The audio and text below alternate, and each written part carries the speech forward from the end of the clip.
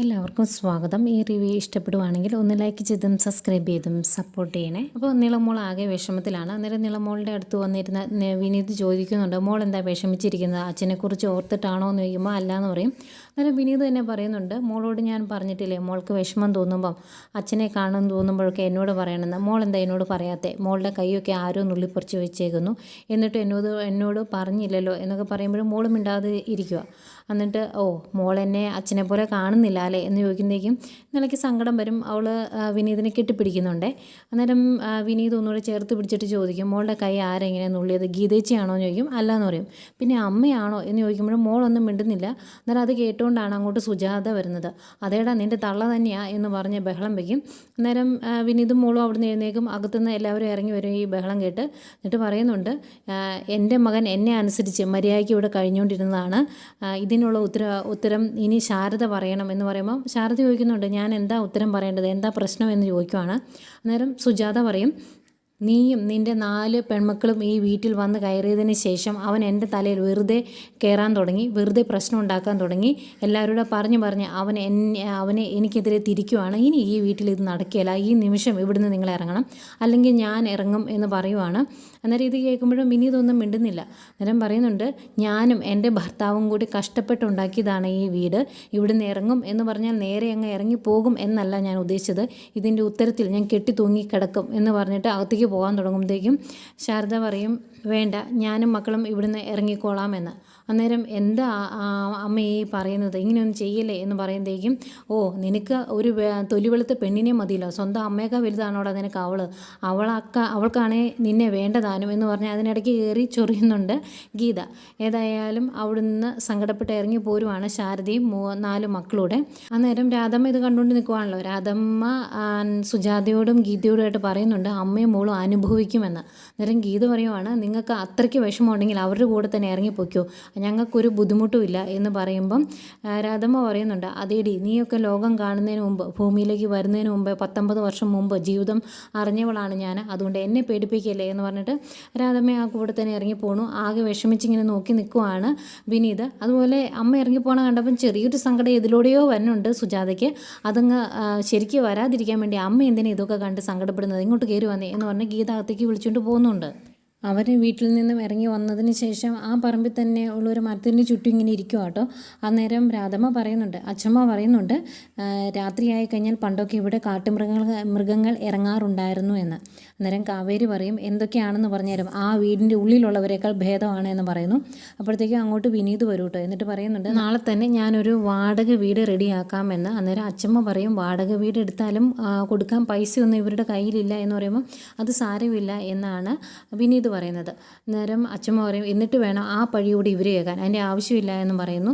അന്നേരം ശാരദ പറയുന്നുണ്ട്, ഞാൻ ഇതൊന്നും അല്ല ഓർക്കുന്നത്, ഇവരുടെ അച്ഛൻ അധ്വാനിച്ചുണ്ടാക്കിയ ഒരു വീടുണ്ട്, ആ വീട് തിരിച്ചു കിട്ടാൻ ഇനി എന്താ ചെയ്യേണ്ടത് എന്ന് ബാങ്കിൽ പോയി നോക്കണമെന്ന് പറയും. ഇനി ജയപാലിനെ നോക്കിയിരുന്നിട്ട് കാര്യമില്ല എന്നുള്ള രീതിയിൽ തന്നെയാണ് ശാരദ സംസാരിക്കുന്നത്. നാളെ കാവേരിയും ഗംഗയും കൂടി ബാങ്കിൽ വരും, മോൻ കൂടെ പോയി ഒന്ന് സഹായിച്ചാൽ മാത്രം മതി, എന്താണ് ചെയ്യേണ്ടത് എന്നൊക്കെ ഒന്ന് പറഞ്ഞു കൊടുത്താൽ മാത്രം മതി എന്ന് പറയും. അവരത് സമ്മതിക്കുന്നു. അവർ പിറ്റേ ദിവസം ബാങ്കിൽ പോകുന്നുണ്ട്. മാനേജറെ കാണുമെന്ന് പറയുമ്പോൾ മാനേജറെ എന്തോ മീറ്റിങ്ങിലാണെന്ന് പറയും. ആ സമയം അങ്ങോട്ട് നവീനും വരുന്നുണ്ട്. അന്നേരം വിനീത് അവരോട് പറയുന്നുണ്ട്, ഇവനാണെങ്കിൽ ബാങ്കിലെ കാര്യങ്ങളൊക്കെ കുറച്ചുകൂടി നന്നായിട്ട് അറിയാം, അതുകൊണ്ടാണ് ഞാൻ ഇവനെ ഇങ്ങോട്ട് വിളിച്ചത് എന്ന് പറയുമ്പം നവീൻ ചോദിക്കും, എന്താ ഞാൻ വന്ന് നിങ്ങൾക്ക് എന്തെങ്കിലും ബുദ്ധിമുട്ടായോ എന്ന് ചോദിക്കുമ്പോൾ ബുദ്ധിമുട്ടൊന്നുമില്ല, ആരെയും ബുദ്ധിമുട്ടിക്കണ്ട എന്നായിരുന്നു മനസ്സിലെ ഒരു വിചാരം എന്ന് പറയുന്നു. അപ്പോഴത്തേക്കും മാനേജർ അകത്തോട്ട് കയറി ചെല്ലാൻ പറയും. ഇവർ 4 പേരൂടെയാണ് കയറി ചെല്ലുന്നത്. കയറി ചെല്ലാൻ പറഞ്ഞിട്ട് ഇവനകത്തോട്ട് കയറി ചെല്ലുമ്പോൾ ഇവരെ മൈൻഡ് ചെയ്യാതെ വേറെ കുറേ കാര്യങ്ങളൊക്കെ ചെയ്തുകൊണ്ടിരിക്കുക. അന്നേരം ദേഷ്യം വന്നിട്ട് കാവേരി അവിടെ കയറിയിരിക്കും. എന്നിട്ട് ചോദിക്കുന്നുണ്ട്, സാറ് വിളിച്ചിട്ടല്ലേ ഞങ്ങൾ ഇങ്ങോട്ട് കയറി വന്നത്, എന്നിട്ട് സാർ എന്തായി കാണിക്കുന്നതെന്ന് ചോദിക്കുമ്പോൾ ഇവർ ആ ബാങ്ക് ലോൺ അടയ്ക്കാനുള്ള ഹൗസ് ലോണിൻ്റെ ആൾക്കാരല്ലേ എന്ന് ചോദിക്കുമ്പോൾ സാർ ഇത്ര പെട്ടെന്ന് അങ്ങ് മറന്നുപോയോ എന്ന് ചോദിക്കും. ഞാൻ മറന്നിട്ടൊന്നുമില്ല, അന്ന് കാണിച്ചതൊക്കെ ഞങ്ങൾക്ക് നല്ല ഓർമ്മയുണ്ട് എന്ന് പറയുന്നു. അന്നേരം ഇവർ പറയുന്നുണ്ട്, അച്ഛൻ മരിക്കുന്നിടം വരെ ഇങ്ങനെ ഒരു ലോണിൻ്റെ കാര്യം ഞങ്ങൾക്ക് അറിയില്ലായിരുന്നു, അച്ഛൻ മരിച്ച് ആ ചിത ആർന്ന് എത്തുന്നതിന് മുമ്പ് വന്ന് വീട്ടിൽ നിന്ന് ഇറങ്ങണം എന്ന് പറഞ്ഞാൽ ഞങ്ങൾ എന്ത് ചെയ്യണം എന്ന് ചോദിക്കുമ്പം അങ്ങേര് പറയുന്നുണ്ട്, ഇതൊന്നും ഞങ്ങൾക്ക് അറിയേണ്ട കാര്യമില്ല, ബാങ്ക് ലോൺ ചോദിച്ചപ്പോൾ തന്നു, തിരിച്ച് ചോദിക്കാൻ വരുമ്പം പോലീസിൻ്റെ അടുത്ത് പെട്രോൾ ഒഴിച്ച് സീൻ വെക്കുമ്പം ഞങ്ങൾ പിന്നെ എന്താ ചെയ്യേണ്ടത് എന്ന് ചോദിക്കുന്നുണ്ട്. ഏതായാലും എത്ര രൂപ ഇനി അങ്ങോട്ട് അടയ്ക്കണം എന്ന് ചോദിക്കുമ്പം 8 ഗഡു അടയ്ക്കാനുണ്ട് അങ്ങോട്ട്. അതിൻ്റെ പലിശയും പിന്നെ ബാങ്കിൻ്റേതായ ചില സർവീസ് ചാർജും എല്ലാം കൂടെ ഉൾപ്പെടെ 10 ലക്ഷം രൂപയുണ്ടെന്നാണ് പറയുന്നത്. അന്നേരം ഇവരാകെ ഞെട്ടിപ്പോവാണ് 10 ലക്ഷം രൂപ എന്ന് പറയുമ്പം. എന്നിട്ട് ചോദിക്കുന്നുണ്ട്, ഈ 10 ലക്ഷം രൂപ 8 ഗഡുവിനും പലിശയ്ക്കും കൂടെയാണ് 10 ലക്ഷം രൂപ. ആ 10 ലക്ഷം രൂപ അടച്ചാൽ വീട്ടിൽ കയറി താമസിക്കാൻ പറ്റുമോ എന്ന് ചോദിക്കുമ്പോൾ അങ്ങേര് പറയും പറ്റില്ല എന്ന്. അതെന്താണോ എന്ന് ചോദിക്കുമ്പം അങ്ങേര് പറയുവാണ്, ആ 10 ലക്ഷം അടച്ച് നിങ്ങൾ അവിടെ കയറി താമസിച്ചതിന് ശേഷം ഇനിയും അടവ് മുടങ്ങുമോ എന്ന് ഞങ്ങൾക്കറിയില്ല. അങ്ങനെ മുടങ്ങിയിട്ടുണ്ടെങ്കിൽ നിങ്ങൾ ഇതേ രീതി പിന്നെ ആവർത്തിക്കില്ലേ, അതുകൊണ്ട് മൊത്തം പൈസ അടച്ചാലേ നിങ്ങൾക്ക് അവിടെ കയറി താമസിക്കാൻ പറ്റുള്ളൂ എന്ന് പറയും. ആ മൊത്തം പൈസ എത്രയാണ് എന്ന് ചോദിക്കുമ്പോൾ 30 ലക്ഷം രൂപയുണ്ടെന്നാണ് പറയുന്നത്. ഇത് കേട്ട് അവർ അന്താളിച്ച് നിൽക്കുവാണ്. 30 ലക്ഷം രൂപയോ എന്ന് ചോദിക്കുമ്പോൾ അതെ എന്ന് പറയും.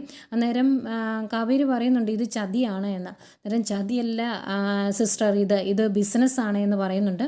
പിന്നെ അങ്ങേര് പറയുന്നുണ്ട്, അവരുടെ ബോർഡ് അംഗങ്ങൾ എല്ലാവരും കൂടെ തീരുമാനിച്ചതാണ് പലിശ അടച്ച് പെൻഡിങ് തീർത്താലും നിങ്ങളെ കയറ്റി താമസിപ്പിക്കേണ്ട എന്നുള്ളത്. മൊത്തം പൈസ അടച്ചതിന് ശേഷം വീട് വിട്ടു കൊടുത്താൽ മതി എന്നുള്ളത് ബോർഡ് അംഗങ്ങളുടെ തീരുമാനമാണ് എന്ന് പറയുമ്പോൾ നവീൻ പറയുന്നുണ്ട്, ആ ബോർഡ് അംഗങ്ങളെയെല്ലാം എനിക്കും ഒന്ന് കാണണം, എൻ്റെ അമ്മയെ നിങ്ങൾക്ക് അറിയായിരിക്കും എന്ന് പറഞ്ഞ് പരിചയപ്പെടുത്തിയിട്ടാണ് അവിടുന്ന് നവീൻ ഇറങ്ങിപ്പോരുന്നത്. അന്നേരം മാനേജർ കൂടെ നിൽക്കുന്ന ആൾ ചോദിക്കുന്നുണ്ട്, പ്രശ്നമാകുമോ എന്ന്. അന്നേരം ഒരു പ്രശ്നം ആകാനില്ല, 30 ലക്ഷം അല്ല 60 ലക്ഷം അടച്ചാലും അവർക്ക് അവിടെ കയറി താമസിക്കാൻ സാധിക്കില്ല എന്നാണ് മാനേജർ പറയുന്നത്. അത് അവരുടെ വെറും സ്വപ്നമായിരിക്കുമെന്ന്. ഈ സമയം ശാരദയും അതുപോലെ അച്ചമ്മയുടെ തൊടിയിൽ നിന്ന് ഒരുപാട് സങ്കടങ്ങൾ പറയുന്നുണ്ട് കേട്ടോ. ഇതിനു മുമ്പ് ഒരുപാട് സന്തോഷത്തോടെ കഴിഞ്ഞതാണല്ലോ അരവിന്ദനുള്ളപ്പം. അരവിന്ദൻ പോയ പുറകെ അവരുടെ സന്തോഷങ്ങളും പോയി എന്ന് പറഞ്ഞ് ഇങ്ങനെ സങ്കടമൊക്കെ പറഞ്ഞ് വിഷമിച്ച് നിൽക്കുമ്പം യമുനയും നീളമോളും കൂടി കുളിക്കാനായിട്ട് വരുന്നുണ്ട്. അവർ ആറ്റിൽ പോയി കുളിക്കാൻ വേണ്ടി അവിടെ നിന്നൊരു ബക്കറ്റൊക്കെ എടുത്തിട്ടുണ്ട്. ഏതായാലും ബക്കറ്റ് എടുക്കുന്ന കണ്ടപ്പം സുജാത പ്രത്യേകിച്ചൊന്നും പറഞ്ഞിട്ടില്ല. അപ്പോഴത്തേക്കും അങ്ങോട്ട് സുജാത വരുന്നുണ്ട്. സുജാത ഇവരെ കുറച്ച് നേരം നോക്കി നിന്നിട്ട് അങ്ങോട്ട് കയറിപ്പോവും. അന്നേരം അച്ചമ്മ പറയുവാണ്, ഇത് എൻ്റെ മണ്ണാണ്, ഈ മണ്ണിൽ നിന്നും ഇറങ്ങാൻ അവൾ പറയുമോ എന്നറിയില്ല എന്ന് പറയുമ്പം ശാരദ പറയുവാണ്, അങ്ങനെ ഇറങ്ങാൻ പറഞ്ഞാൽ ഇതിന് പുറത്ത് വേറെയും പറമ്പുകളുണ്ടല്ലോ, ഏതായാലും എല്ലാവരുടെയും മുമ്പിൽ ഞങ്ങൾ ജീവിച്ച് കാണിക്കും, ശാരദയും മക്കളും ജീവിക്കും അമ്മേ, അരവിന്ദേട്ടന് വേണ്ടി തന്നെ ഞങ്ങൾ ജീവിക്കും എന്ന് പറഞ്ഞ് ഉറച്ചൊരു തീരുമാനത്തോടെ നിൽക്കുന്ന ശാരദയെ കാണിച്ചുകൊണ്ടാണ് ഇന്നത്തെ എപ്പിസോഡ് അവസാനിക്കുന്നത്.